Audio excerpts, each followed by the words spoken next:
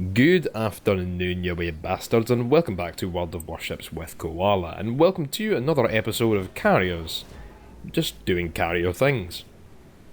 I didn't expect this would be a lasting series, but they just keep doing things that give me material. Sometimes it's the carriers themselves being stupidly broken, and sometimes it's the carrier player just being stupid. See if you can work out which this one is about. This is Indrahim, in the Tier 7 US Navy battleship, the Colorado.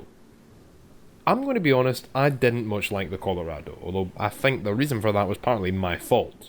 The Colorado is the first US Navy battleship to get access to 16-inch shells, and it can get some staggering range out of them, which is how you're meant to play this ship. Don't take it anywhere near any HE spammers who can rip right through your piss-poor armour.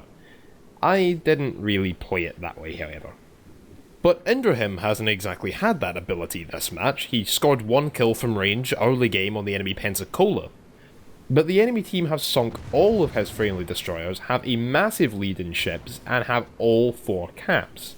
And they are now 400 points ahead. That was a much needed kill. Well done, Indrahim.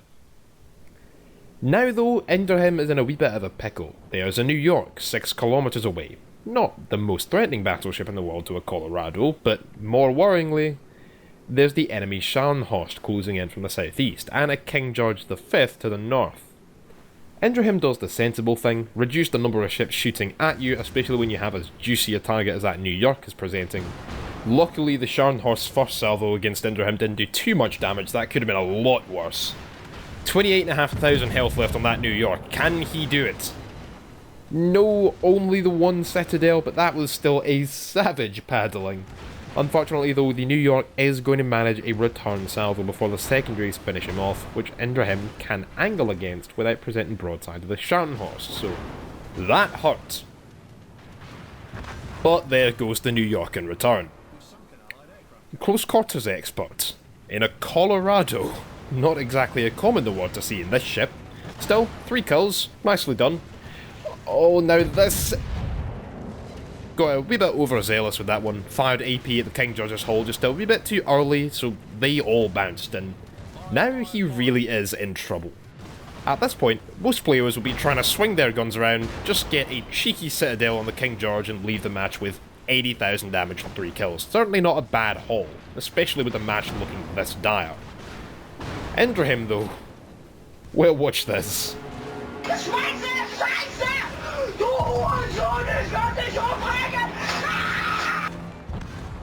Fucking hell, he actually just pulled that off. But Koala, you might say. Impressive display, but what does all this have to do with the wonder that is carriers? Well, Indrahim's team were looking a little worse for wear before those 4 kills, plus a 5th from the friendly Fiji. Now, the teams are even numbers. They each have 2 battleships remaining and their tier 6 carriers. And the friendly Sinop just sank the enemy Nagato. From odds of 6 against 9 to now 3 against 2. The team are down all 4 caps, but that can swiftly be arrested. Hang on. Did you just see that? Can we replay that? Did that Ryujo just rocket strike himself? Alright, we've located the friendly Queen Elizabeth. Why the Sinop still has his guns pointed in the wrong direction, I don't know, but... oh god. Now the Ryujo is sending out torpedo bomber aircraft. Against himself. There are 5 minutes left of this match remaining, and the friendly team will easily be able to capture 2 of the zones without losing a single ship of their own. This Queen Elizabeth just doesn't have a chance in hell of sinking any of them. And when the team sinks her, they should have enough time to, with the help of the Ryujo's spotting, find the Ark Royal on the enemy team and shut him down before they are able to win on points. It would be nice if the Sinop could actually point his guns in the right direction and help out with this fight against the Queen Elizabeth, but I don't know, apparently he's got more important things to be looking at. The Ryujo, however, is more focused on torpedoing himself to death. The team can still win, but it's going to rely on perfect timing and coordination. What the fuck is this carrier doing? Yep, there he goes again. He's not stopping. Now, the Nagato made a bit of an error of judgment here. He's trying to get all 4 of his turrets swung around to destroy the Queen Elizabeth. If he'd have just kept turning to starboard, he could easily have taken out the Queen Elizabeth with his rear turrets only, especially after the Synop finally wakes up and turns his turrets around to face the right direction and shaves off an extra 3,000 health.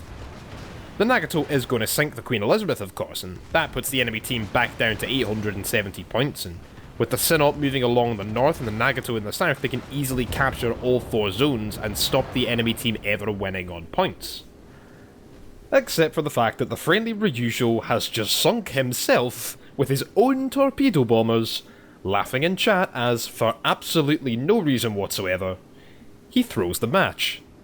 Oh well, we couldn't have won this game anyway. Well, you could have, if you'd have helped the team first deal with the Queen Elizabeth a lot quicker and then spot the Ark Royal without dying and handing the enemy team a free 45 points. They'd easily have had time to capture Bravo and Charlie before the enemy team can build up 1,000 points, and then kill the last enemy ship from 14 kilometers back and win in the next 3.5 minutes.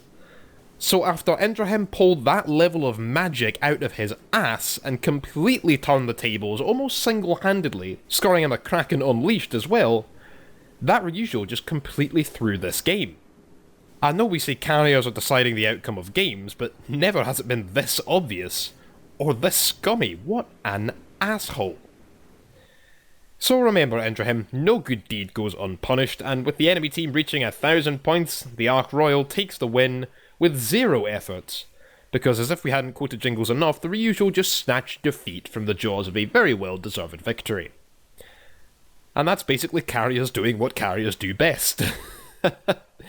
I hope you enjoyed this video. Thanks for watching. Make sure to subscribe because YouTube has gone and changed their algorithm, so if you don't subscribe you probably won't find any of my videos in future. Always remember, keep your bagpipes in one hand, whiskey in the other, keep your kilt on, and I'll catch you lads next time.